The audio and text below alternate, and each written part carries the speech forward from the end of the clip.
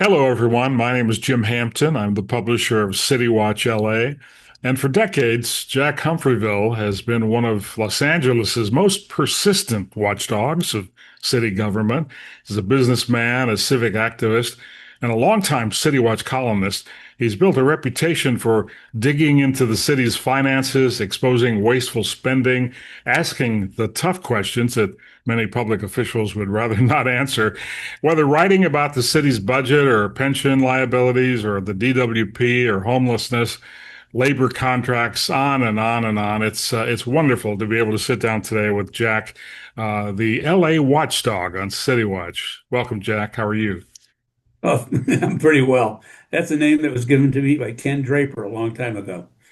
Well, Ken, of course, many people may know or may not that he was the founder of City Watch way back 20 years ago. And it was at that time that I actually helped him get City Watch onto the web. He was handing out little paper newspapers to people. Well, they came in a PDF. Yeah, he was, and passing some out, but he was sending them through the email. And I Yeah. said, there's a better way to do this. We call that the internet. So that's what we did. So tell me about where you grew up and what first really sparked your interest in public affairs. Well, I grew up in New London, Connecticut. If you asked me a number of years ago if I'd be living in Southern California, I thought you'd be smoking dope, or that just wasn't going to happen. I grew up in New London, Connecticut. I was born. I went to school in Massachusetts for a 14-year period. I ended up moving to New York and lived there for about 9 years. And all of a sudden, an opportunity popped up out here, and lo and behold, we came out. We being my wife, but not my wife Susan and myself. And so we've been here for since 1984, so I'll call it 42 years. Arrived here the last weekend of the Olympics, '84 Olympics. And we lived over in Brentwood for a couple of years, and then we bought our house over here in Windsor Square, Hancock Park, and we've been same house for well, the last 40 years. And I sort of got involved in the city routine. I guess it probably started just reading the LA Times, just sort of interested and sort of got involved in city politics in around 2005, 2006 when there was a meeting downtown at the DWP to discuss, I guess, some kind of rate increases. And the DWP had already entered into a MOU with the neighborhood councils, was more of an information sharing thing. So I went to this meeting, and the reason I went to it, I was interested in DWP's pension plans. And I raised my hand. I said, "What about your pension plans?" And the CFO, who was more of a bean counter than a CFO, sort of said, "We don't have any problems with that." I said, "Yeah, you do. It's about 1,700,000,000." And he said, "No, no, no, you don't know what you're talking about." To which I said, "Well, you obviously haven't read the footnotes of your annual report." And with that, a bunch of these nutcases that had been following the DWP from the Valley said, "Hey, you want to get on board?" And the rest is sort of history. And I guess I really sort of, I think where I started to make some bones was in 2009. The DWP or the city placed on the ballot a measure to install 400 megawatts of, not 400 megawatts, whatever, a whole boatload of solar energy arrays here in the city. And it didn't make any economic sense at all. And so ended up, sort of following that, writing the opposition argument. And we ended up defeating that ballot measure. I think it was Prop B, if I'm not mistaken, in 2009 by a whopping 2,644 votes. 50.5% approved, rejected it, and obviously 49.5, said accepted. And so that sort of put you on the map a little bit, and you sort of got the bug, if you will. It was first as DWP, and then then there was the city, and I mean there's just all sorts of crap going on with the city, and just started following that in the budget, and it wasn't really necessarily drilling down into the inner workings of the city or a city department, but it was more of an overview of the budget. So yes, you have some things with departments, let's say, streets or sidewalks or something along those lines. or the litigation, or just plain balancing the budget. And between the DWP and the city, there's just a ton of material you can do. And as I sort of joke around today, I said, unfortunately, I think they're giving me too much material. So, I mean, there's all sorts of stuff going on, and there's no shortage. So you have the DWP today, you have the DWP, and they want to have two big projects, the LA 100 to rely on 100% renewables for the power system, and also Pure Water LA, which is to recycle sewer water into drinking water, otherwise called toilet to tap. But those are two massively expensive projects. The power side is probably about 80, $90 billion, and the Pure Water LA is probably about $25 billion. And these are multiple, the amount of assets and capital involved are significantly higher than what they have today. And the impact on rates is, over the next 10 years, it could be a quadruple. So those are sort of the, things that I'm sort of focusing on these days. The city's budget is completely out of whack. Um, they say it's balanced, but that's a bunch of baloney in that, they don't, they're not spending enough to fix the sidewalks and the parks and the streets. The pension liabilities are huge, and rely on some assumptions that are, they're just not, they're relying on assumptions that just won't happen. And it's just one mess after another. How were you able to look at those expansive budgets and then just know right away that this didn't make sense or that didn't make sense? When other people would look at it, they would go, looks okay to me, or a lot of numbers. I don't know. Well, I went to business school, and and after business school, I was an investment banker. So numbers, and did well in math boards and APs and stuff like that. So, the numbers don't scare me per se. And then having worked at an investment bank, you're used to reading financial reports. And so that was one area where, you just were comfortable at. And over time, you'd read a variety of different, the city would be doing something, let's say, with sidewalks. Well, the CAO would put together some kind of presentation, 10 or 20 pages, obviously lots of pages. They get paid by the pound, not the quality. But you would end up sort of reading these things, and you developed an institutional memory. So when you see something, it's just not like you're seeing it anew. When you read something in the newspaper, you'll see a comment, and to you, it might not mean a whole lot. To me, it might say, "Oh, what are these guys doing? What kind of stunt are what kind of stunt are they pulling?" For example, just the other day, and I haven't investigated this thoroughly, LAUSD is going to try and balance it. Los Angeles Unified School District is trying to balance its budget, and one of the things they're doing is, they're going to cut. I think they're going to short their annual required contribution to the healthcare retiree healthcare plan. And so, it's little stunts like this. So you read it and you say, "Oh, okay." I read it and I say, "Okay, they're really violating a fundamental rule of not paying in full their annual required contribution to make sure this retirement obligation is properly funded." So you just pick up things, and uh, you just pick up things from here and there and what people say. I'm on a number of city mailing lists that, list the council files that are new, and you click through to some of these things, and some of them are just okay, it's just more of the same old stuff. But some of them are say, "Whoa, what are these characters doing?" It almost sort of becomes, where's Waldo? It's sort of trying to hunt it down and figure out what's going on, and having an institutional memory, and tons of, I have a ton of files. My office is a pig pen. But I have a ton of files that sort of go back over time, or I have stuff that's saved on the internet or in my or my on my emails, my Microsoft email contact database. So there's all sorts of things that you have that I can get to. And so, I mean, I've sort of cut back a little bit. I'm only probably doing about one a week. I used to be doing two a week. But I guess you get a little older, you're not quite as fast as you used to be. And the other thing is, I just have some other stuff to do. But it's one of these things where it's always on your mind. What are you going to write about? And there's just so much stuff out there that you know that's there. I find it to be sort of intellectually stimulating. It's sort of like oh, okay, and it's sort of a game. Okay, what are these guys trying to do? How do I search it down? And you sort of have to research and maybe tax your memory, tax your investigative skills, and you sort of dig down and you talk to a couple of people, and you find something up. The other thing I like, I think,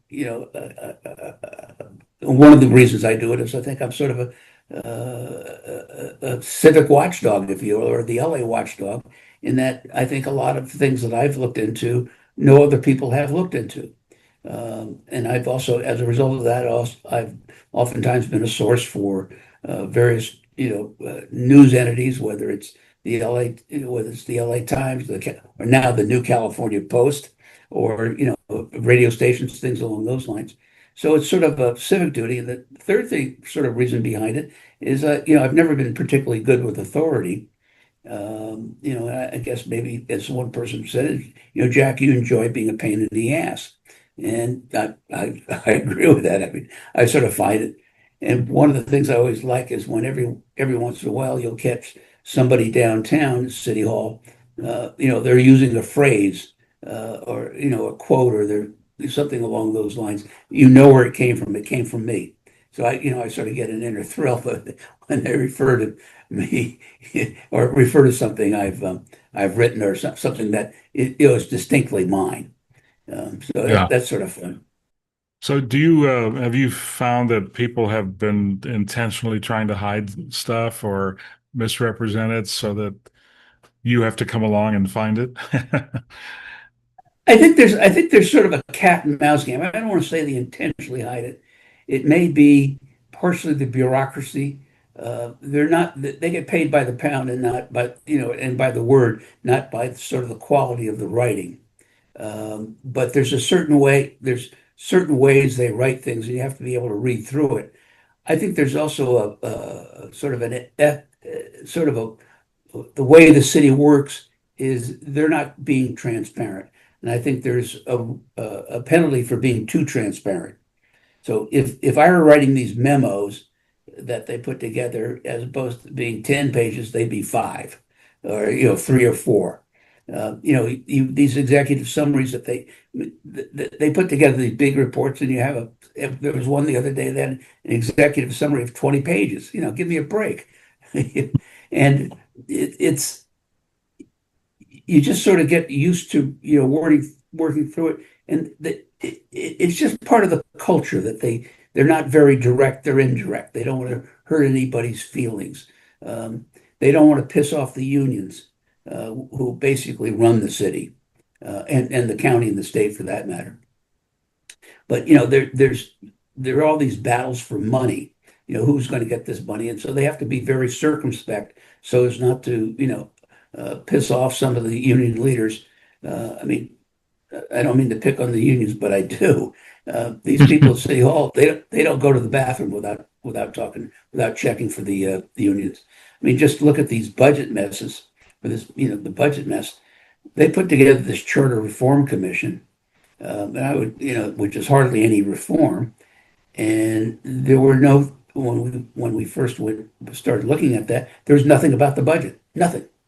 So we went over, myself and Jay Handel went over and talked to the staff, if you will, Justin and Max, and said, "What about the budget?" So, well, there's nothing on it. Oh, maybe we can put this on the people side of it. Well, there's nothing really in this charter reform about the budget. Oh, yes, they'll say they'll do 2-year budgets and they're going to do an infrastructure plan. That's 101. But there's nothing like saying, okay, let's open up the labor agreements, have open and transparent labor negotiation. How about an ordinance or a ballot measure that says you can't run a deficit, enter into a labor contract where you have a deficit? Minor details. Why not have a real reserve fund as opposed to a working capital fund? What happens when we have an earthquake and you've already rated the thing to balance the budget? We're up the creek without a paddle. And at some point in time, there's going to be a problem. Like, for example, when we had COVID, we were bailed out by the federal government, but to the tune I forget what it was, $1.2 billion that helped balance the budget for a couple of years and restore the reserve fund. A couple of years later, the reserve fund is, back to, they have, it's back to the minimum that they're supposed to have. They probably should have two or three times that amount. But that, they think they're being smart, having a 5% reserve when it should be 10 or 15%. So, sorry, wandering's sort of long, but you just sort of cruise along and you get used to what's going on. And are they obfuscating things? Yeah, in their own way. Um, this lack of reform is, frightening. Um, I mean, we've had mayors Viragosa and Garcetti in the budget were really bad. I think the head of the budget committees have been less than, they know the budget and all these numbers, but they haven't come up with any ideas for reforming these things. And Karen Bass is just as bad, if not worse. And the guy who ran the budget committee, Blumenfield, was a disaster. He thinks he's Mr. Budget Hawk. I hate to think what you had if you had a big spender in there. I mean, he did very little there. I have some high hopes for Katie Yaroslavsky, but she seems to be worried about her next job. Does she want to be mayor? Does she want to be head of the city council? But there's no effort at reforming this mess that we have down at City Hall. Do you think it's really reformable? I mean, is this city too big and there's just too much bureaucracy to be able to focus on what has to be done without politics getting in the way? Absolutely. I mean, basically, there was an article by a guy named John Fleischman the other day about unions in California, and it's all applicable also to the city. But the unions, basically control the city. They have a lot of money. I think there's like 50,000 employees. 10 or 12 work for the DWP, a bunch work for the airport and the harbor, a bunch of cops and firefighters, and then you have sort of your civilian workers. And their dues are probably $1,000 a year. Well, that's $50 million going to these unions, and they're not having any strikes, so they don't have strike funds. So, a lot of this money goes into politics. And, their basic thing is, you're the union sitting across from the city, negotiating a contract, but these are the union finance their campaigns. And if they haven't financed it, they've sort of done opposition to people they don't like. So you have a situation where you have to take on the unions to do this, and I don't think anybody has the nerve or the guts or the gumption to go out there and say, time out, guys, we can't do this. And as a result, I think the city has, the unions view the city not as a service organization, but as a job, as a dues machine, as an employment machine.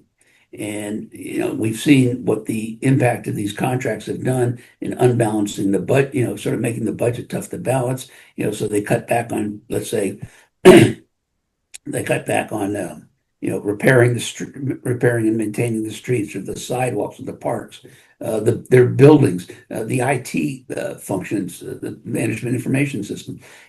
There's just always short of change, and the result is that our city, the city, they're all very well paid. They all have great benefits. You have a bloated bureaucracy.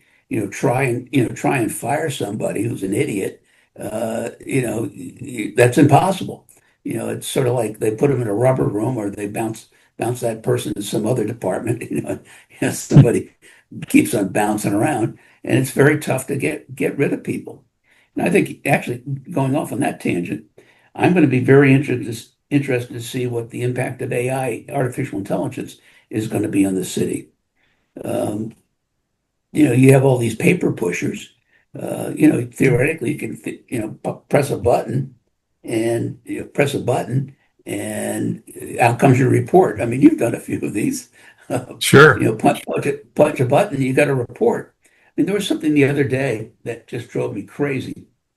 Um, the city was going to get a $660,000 grant from I think the wastewater bond that we approved a couple years ago.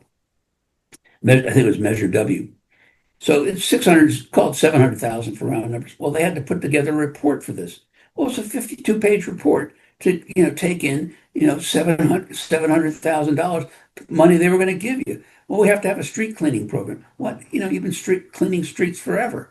And you got a 50-page report that probably took somebody, a week to do. You had probably a bunch of people review it. And, it finally makes itself, and, after being massaged, probably makes itself into the council file. And, they're going to have to figure out whether they're going to accept this money. It's free money.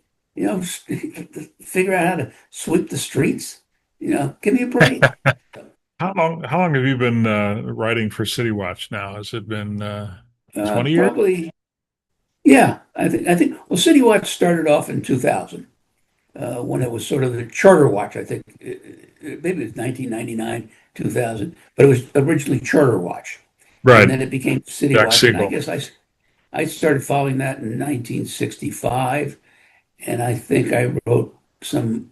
I used to write a couple of comments, and I started writing in probably 2006, and sort of gradually built up. I think like in 2009, 2000, some of those areas around there, I was writing, 90 to 100 columns a month, not a month, a year. And it was so, and when you write these things, you're building your institutional knowledge. And, somebody will say, well, what happened back then? And I've been around for a couple of weeks. And I may not, as you get older, your memory's not as good, but that's why you have files. You have the And, stories. yeah. And, I've had, I think I've had almost 1,400 City Watch articles. So that's how long does it take you to do an article? Well, probably just to write it's probably 2 or 3, 4 hours, and then the research behind it also, so 8 hours, or it takes a day. So you spend a lot of time doing this, and you're also sort of thinking about it. Things are winding through your head, and how am I going to phrase it? I mean, one of the things I've tried to do, and this has come with time, is trying to make my articles, less 500 words or less. And before I was doing 1,000-word articles, and who's going to read 1,000 words? That's going to take you Right. 4 or 5 minutes. If I have to say 150 words a minute or whatever your reading speed is, 100 words a minute. It's sort of like 500. And 500 words is what I like to do. Maybe it gets to be 600, even better, it's 400 words, but I feel like I'm cheaping everybody. Got to get a few more words. And, um, you want to make sure, one of the things that's done for me is by trying to stay at 500 words, I could easily probably do 1,000 words, let's say. But, I'm going to lose the audience. I think the other thing that's happened is I've tried to be a little bit more direct, especially in the first, couple of paragraphs. You want to, here's what I'm going to tell you. Here's some of the stuff behind it, and here's what I told you. It's sort of, that type of routine. I can't say that I'm good at it. I'm sort of a procrastinator, as you no doubt know, but given that all my articles always come at the last minute. For example, right now, I'm working on a couple things, and one of them is the state ballot measure to raise, I think they want to have a bond measure of around $8 billion to finance stem cell research. Well, we had one of those in I want to say around Prop 14 and Prop 71 in like 2004 and 2000 were, two bond measures, one 3 billion, the other one 5 billion, give or take a couple of dollars and cents. What has been the result of those? Have they worked out? Have they found a cure for cancer or baldness or whatever it may be? But nobody's told us that. I mean, is this a worthwhile investment of tax, of our money? Yes, it's great for Stanford and Berkeley and UC system that's going to get all this money. But have there been any breakthroughs that are worth a damn? And in addition to which, if they're any damn good, we, the state, we, the taxpayers, probably should get some, at least get our money back plus interest. And I don't think we've I think I read one of these things like, oh, they put out $3 billion and they've gotten $350,000 back. You got, Yahoo. I mean, so it's one of these things. So you got to go back and search the original ballot measures. You got to see if they're, this is one of the beauties of AI is you can go in there and type, say, okay, what have been the returns of Prop 14 or Prop 71, whatever those numbers are. There's other things that I'm working on. It's like the city had a payroll plan, human resources payroll plan that was going to cost 50 billion, and it ended up cost 50 million. It ended up costing 100 million. And then there's all sorts of other things like that. And trying to find out what's going on, and you got to read up on it. You got to talk to a few people and departments in the city. What the hell's going on? And maybe but nobody's going to put together a report to say, oh, we're going to do it 50, and we really blew it. It came in at 100 plus another 50 or 100 for consulting fees and overtime and stuff like that. So it takes some time. You just sort of sniff around, and you have a few sources here and there. Actually, I got a bunch of people that will email me and said, "Have you looked at this?" Oh, yeah, maybe you can tell me a little bit about it. And and there's people that send me stuff, and I don't know who the hell they are, and I don't want to know who they are because all they can do, is get in trouble. And somebody will send you some stuff, and the first time you look at it, you say, "Okay, this makes sense." Well, the next time around, couple, two or three times around, you start to say, "Well, this guy, you know, he's been pretty good. He's given me some really good leads," and so you just sort of follow that. Um, you know, another one another one that sort of got my bug is the Metropolitan Water District, which is this huge monolith that, Yeah. Metropolitan Water District of Southern California, and it's a huge operation. They serve 20 million people, and the six Southern California counties, um, and they've developed this little stunt that they're pulling where they're imposing a real estate tax on our properties, and it raises them, give or take, $400 or $500 million a year. From my perspective, that why should I, as a homeowner or as a property owner, pay for somebody else's water bill? And the thing they always teach us at DWP is you need to send the proper pricing signals so people will conserve. Well, so as opposed to charging them $1,500 an acre foot, they should be charging them $2,000 an acre foot, and that will help conservation. So that's going to be one of my jihads that I'm going to be working on in the next few things. And that's going to take the city council should be leading the charge on this. They're the ones that are teaching us that price signals are important. The DWP and the city ought to be backing us up and telling MWD that they shouldn't tax us. And quite frankly, is that we Angelinos would be better at getting higher rates and getting rid of the property tax than we are under the current situation. And that it particularly applies to Orange County and San Diego County. But it's sort of you got all these water buffaloes at MWD. So that's going to be another one of these jihads, probably pounding my head against the wall. But Yeah. it's Well, that should last you a few more years for sure. actually coming up is we have the November elections, and you're going to have the race for governor, which is probably in all the various statewide offices. You have congressional districts, maybe something county supervisor. But one of my things that I'm going to be really interested in is that there's 14 ballot measures from the state, and there's eight, I think, from the city, and we may have something from the county. I'm not sure.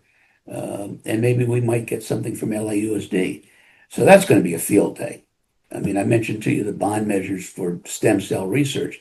Well, they're going to have all these bond measures for affordable housing, where you can put 3% down, and we'll arrange for the other 97% of the financing. Well, that's just nothing. That's just not asking for another crisis. I mean, you don't buy a house on 3% equity.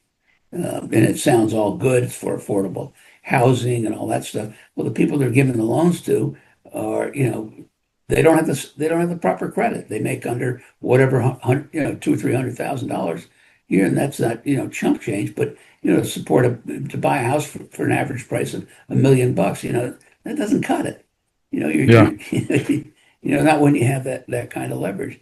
And they have the SIM still. There's a whole bunch of things. And then they're going to have, the big one is going to be, say, Prop 13, which is the Jarvis Amendment, to say that they can't, if they put an initiative, it needs a two-thirds vote as opposed to a 50% vote. And that was modified. It was supposed to kick back, be retroactive to the beginning of 26, 24, which would have negated the mansion tax, which is, that tax of, well, I think it's what, 4.5%. Oh, no, it's 4% on anything over 5 million and 5.5% of anything over 10. And that's sort of come back and bit us in the ass. And then number of permits for apartment buildings is way, way down, multifamily housing. Why is somebody going to go out there and, pop a lot of money into a deal when, if they sell it, they're going to have to pay 5.5% of the Yeah. gross proceeds. So, You've written, you said, like you say, over 1,400 articles. There yeah. are endless issues that you've covered. Have you seen a reaction, positive reaction to any of this in City Watch, or what do you get from the readers? I guess I would categorize myself as, first and foremost, as fiscal conservative. What that to me means, balance the damn budget and meet your obligations. It's not a liberal versus a conservative thing. It's just plain, budgeting 101. I don't touch a lot of hot button issues. I don't touch, abortions. I don't touch, any of the sex stuff, trans or gays or whatever it is. I don't touch religion. There's just a bunch of those hot buttons that, I just don't touch. I mean, and yes, they're of interest to me, but, I want to focus in on the money. And you start, getting into side issues on that. All you're going to, you're detract from my perspective. You're losing focus on the money. Yeah. And, everything they talk about here, well, we want to do this, we want to do that, we want to do equity, we want to do, we're worried about everybody, healthcare stuff, but it all revolves around money. Do you have enough money to do what you want to do? And in very many ways, our guys have, they don't think they have to balance the budget. And yes, they say they have a balanced budget, but that's bullshit. I mean, they're not paving our streets, they're not fixing our sidewalks, our parks are a mess, and the bathrooms in the parks are even worse. It's sort of like the pensions aren't funded, so forth and so on. And that's it's sort of, actually one of the best ones I think I did. We had the city wanted to put, I think it was 2008, wanted to put on the ballot the ability, had a measure on the ballot that would give the city the ability to form a municipally owned bank. Well, banking is it sounds easy, but it is not. It's a very complicated business. And so I wrote the opposition argument and had help from a bunch of other people, especially the LA Times. We defeated that 44-56. But for the city which can't even, manage to go to the bathroom properly or manage to balance the budget, to give them a bank where they would sort of, that's letting the inmates run the asylum. When you make a loan, it has to be paid back. It is not a grant. I want my Right. interest and I want my Right. principal back. And, if the city's running this thing, you can just imagine some of these, coconuts on the council saying, well, we ought to do this for affordable housing. Well, okay, I think that's fine and dandy, but where's this money going to get paid? How are you going to pay this money back? Are you going to get enough rents from these people? If you cap it at a third of their income or 30% of their income, is there enough money to pay the mortgage? Minor details. And, can we start up new businesses? Well, it sounds great, but what is your loss factor? You know, and pretty soon you're going to find that the bank's down the tubes. So I think the city had a bank that was funded by HUD after the riots. I think they had 100, I forget what it was, 100, 150, 200 million. About 5 years later, it declared Chapter 11, went bankrupt. So that was actually one of the. I thought we were good on the ballot measures. I think in terms of trying to reelect various people, you're fighting the unions there. In terms of ballot measures, I think people understand money. The politicians go out there and lie to you. They pick your hot button. I'm going to whether you're a social justice warrior, you want housing or whatever the hell it may be. But when it comes to your taxes, they're a little bit I think they pay a little bit more attention. So just recently we saw in the city they wanted to increase the hotel tax from 14 to 16%, which probably would have given the city an extra 50 million bucks. It doesn't come from you or me directly because we're not going to hotels. I mean, we pay for it probably indirectly. But the people, I think 54 or 52, 52% of the people voted it down. The city also tried to increase our street lighting assessment from I think $45 to $120, and the voters who are property owners in this case, and you had a weighted vote. So if you have a small lot, you only got one vote, and if you have a bigger lot, you might get two votes, and if you have oriental street lights, you get three votes or something. Well, 80% of the people said thumbs down. And I think that was a real shock to the city, so much so that turning down those two taxes, so much so that we don't in the November election, the city was considering four taxes: a delivery tax, a shared ride tax, a vacancy tax, and a ticket tax. We don't have any of that on the ballot. I think they realize that people are worried about affordability. They're worried about their wallets, and feeding this beast at City Hall may not be in be their idea of a good time. So the So that was election's pretty coming interesting. up, and what do you think about Bass versus Rahman in terms of what you're focused on? I think Karen Bass has done a terrible job, uh, and I've been very critical of her. But Nithya would be a nightmare. I mean, she'd make Karen look good. Nithya is, the Democratic Socialists. They want to defund the cops. She wants to raise the taxes. She wants child care. There's all sorts of issues that the DSA guys have, and I think it'd be a nightmare. And the other one that's a DSA is the person who's running for city attorney, this Melissa Roy. Um, I mean, she went to Yale Law School, so she's probably pretty bright, but she has no experience. She lied on her resume. Maybe lies strong. She embellished her resume when she said she worked for the city attorney, which she did, like part time or maybe when she was at some time. But she'd be a nightmare, and so in to answer your question, I'm all in for Karen Bass. Despite the terrible job that she's done, especially with the budget. But Nithya would be. I mean, her politics are one thing. She's very disorganized. She can't even run a council office of maybe 20 people, more or less.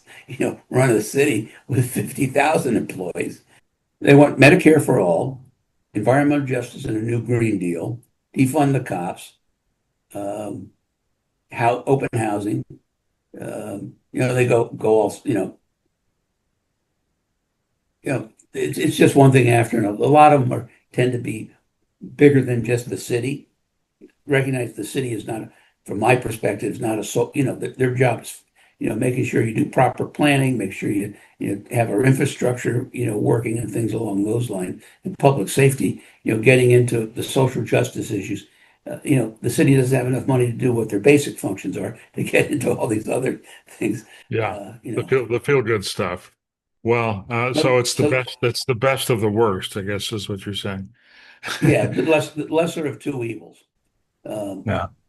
the, you know, I look at San Francisco, and they have this new mayor, what, Daniel Lurie, I believe his name is. Yeah.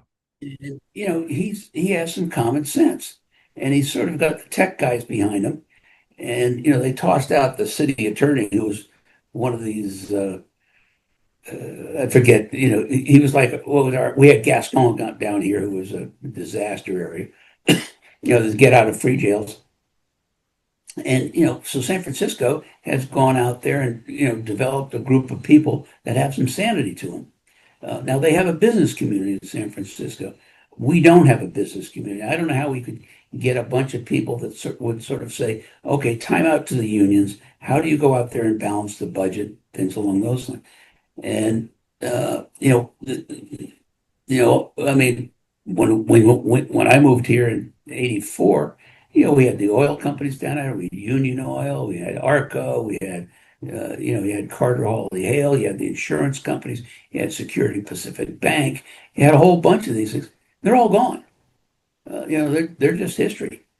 And the downtown has been sort of hollowed out as the financial institutions, the investment banks, and some of the big law firms. They're all moved to Century City. They don't want to be downtown near Skid Row. And the vacancy rates in office buildings downtown are what, 40%, 30%. I mean, it's pretty ugly down there. But I don't know how we can go out there and write, who can we get to right this ship? I mean, we'd have Rick Caruso, not as mayor, but as sort of a, get stuff on the ballot. Yeah. That, says, A okay, fixer. you can't go out there and, enter into labor contracts that are create a deficit. I mean, every time they enter into a new labor contract, it blows the budget apart. So the next year, they're short a couple $100 million. And the city right now is looking at a budget deficit next year, not the current year that we're in, which I think they say it's balanced, and I think it's going to be blown apart. But next year, I think they're showing a shortfall of 166 million, and that doesn't assume putting any more additional money into our streets, our sidewalks, our parks, and things along those lines. So I think it's going to be, it's just, well, we have what we call a service bankruptcy. We're not in the tank. We're not, going to the courthouse to say, we're broke. We need to reconstruct all this stuff. But our streets aren't getting fixed. Our sidewalks aren't getting fixed. There's 8,500 cops as opposed to 10,000 or 9,000. Pick a number. Your fire trucks. When they had the fires, there's this picture of a graveyard with all these vehicles that were not working. And they're using them for parts. Give me a break. That's not you need to, but every year they balance the budget. They say, well, okay, we'll hire a cop, but we're not going to give them a car. It's, I mean, the jalopies they are running around with these police cars. Do you remember the picture of Car 54? The way they used to have these caricatures of it. Yeah. They'd have the cartoons where these guys are up in the air and the tires are falling off. Well, that's LA. And it's so this service bankruptcy, it's real. It's very real. Well, Detroit, of course, went through that bankruptcy, but it seems to have helped. I mean, now years later, but the city, I went back there and they are totally on the rise and they're getting all kinds of great reports on the mayor and other people. They had so many mayors that were indicted. We have so many council members indicted. It's just blows my mind. You make a good point on Detroit. Is they got a mayor in there who, sort of, and I don't know if I don't think he ever was a Republican, but he certainly was, focused in on the money. And he's a white guy. And, when he was running for mayor, race became an issue. And this, I don't know what percentage of Detroit is black, but I think it's huge, probably a big majority. Well, they just sort of said, this guy's, they elected this guy and he balanced the budget. He's done this, he's done that. He's got the business community behind him. He's got everybody behind him. And he's sort of saying, hey, guys, this is for real. And he's trying to make sure that, I mean, one of the, I mean, they had blocks in Detroit. They were knocking down all the houses. They were all a piece of wreck, and they were turning them into gardens. I mean, it was, you could buy a whole city block for next to nothing. It was On where I pretty grew amazing. up, on the street where I grew up, there are three houses left. Everything else is, I wouldn't say it's a garden, but it's greenery, you know? Yeah, So part of the problem in Detroit, is trying to get all the services available for this, because Detroit's the same size as LA, maybe even bigger in terms of area. So to be able to focus yeah. services into something is almost impossible. But they're doing amazing things. The guy that used to own, or it still owns, Pizza, whatever, I forget the Caesar's Pizza, Little Caesars. He bought up like 60,000 homes when it was on fire sale, and so he's been able to do stuff with that. And you got the guy from Rocket Mortgage or whatever it is, Gilbert, Yeah, who's yeah, did a lot of stuff with the Renaissance Center, or I think it's the Renaissance Center they call it. You Renaissance, know, yeah. where Yeah. it's going and that hopefully things are turning around and they can balance the budget. And I mean, when I was a kid, um, I can remember you had all these families from Detroit where I went to boarding school, and they came from Grosse Pointe, and I mean all these palazzo mansions, and that was pretty high cotton. Yeah. And when we were back there when our daughter was working for the ACLU one summer, went to Grosse Pointe, and these houses, beautiful, beautiful houses, which if they were here in LA would go for 10, 20 million bucks. Have a couple acres, they go for three or four, $500,000. And there's a Hmm. place, there's a what's the name? There's a block, the Cadillac in Indiana or something like that. That's near Grosse Pointe in the city itself, and they had these beautiful houses that were going for less than $100,000. But and so you have LA. Who's going to be the person that's going to lead us to the promised land? Who's going to get us out of Egypt to balance the budget to bring some financial stability to it. And the problem that we're going to have is they're going to be asking us for money. We need bond money for this. We need well, on the November ballot, they want to have a half-cent sales tax in the city to finance the fire department. Well, the fire department's apple pie and motherhood. We had the Palisades fire. They were underutilized. They didn't have enough equipment, all that kind of stuff. I don't think that was the reason, but so they're going to have a half cent. So that's going to be four, 500 million bucks. Are they going to fix the fire department? I don't know. Do I want a 10 3/4% sales tax? Hell no. It's already 11. It's already what 10 and a quarter now because of the Measure ER. Just a few years ago it was 9%.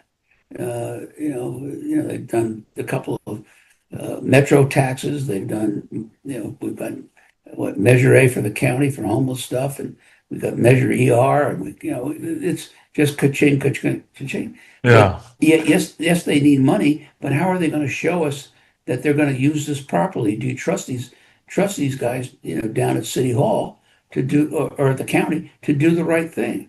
And I have about zero trust, maybe not even that, in that, they can do anything. I mean, to pave a road, you look at, or to fix a sidewalk, you have 25 people out there, one guy's working. I think we Just, need I think we need Jack Humphreyville to sort this out. This could be your the highlight of your career. I thought we were friends. Jack, thank you so much. I mean, this could go on and on, this discussion about everything that needs to be fixed. But thank you for all the time you spent on City Watch, all the issues you've addressed. I hope that has helped the city, and you've seen some real results from that. And I appreciate you doing this interview. Well, I appreciate CityWatch for giving me a voice and giving not only me a voice, but a bunch of other people. The ability to sound off and make our points. And I think it's made a difference in that they're probably not as bad as they could have been down at City Hall. Thanks very much. Talk to you again. Catch you later. Bye. Thank you. Bye.